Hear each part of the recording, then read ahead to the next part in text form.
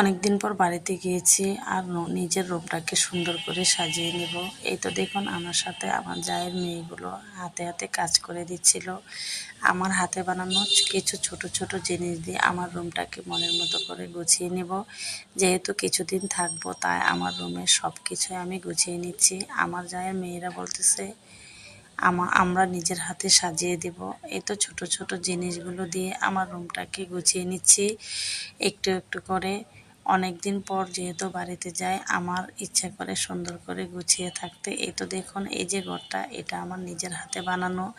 আর এই বানানো জিনিসটার মধ্যে সব কিছু জিনিসই আমি ছোট ছোট জিনিস নিজের হাতে বানিয়ে সব কিছু এখানে সাজিয়ে নিচ্ছিলাম। আর এই জিনিসগুলোতে আমার জায়ের মেয়েরাও আমার সাথে হেল্প করেছে। এই তো মাশাল্লাহ দেখুন কি সুন্দর হয়েছে। আমার এই ওয়ালটা পুরোটাই কেমন জানি সুন্দর হয়ে গেছে।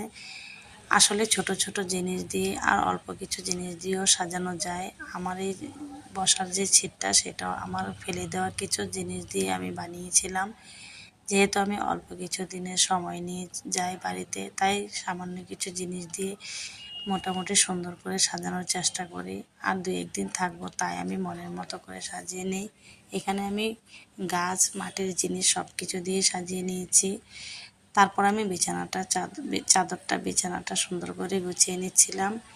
এই তো আমার সুন্দর চাদরটা বিছানোর পর ঘরটা কেমন আরও সুন্দর হয়ে গেছে।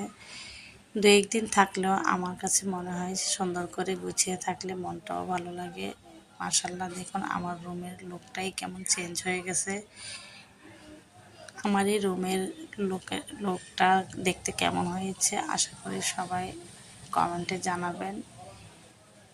তো সব কিছুই আমার ছোটোখাটো নর্মাল জিনিস দিয়ে গোছানো হয়েছে। দামি কোনো জিনিস আমার এই রুমে নেই। এটা হচ্ছে আমার গ্রামের বাড়ির।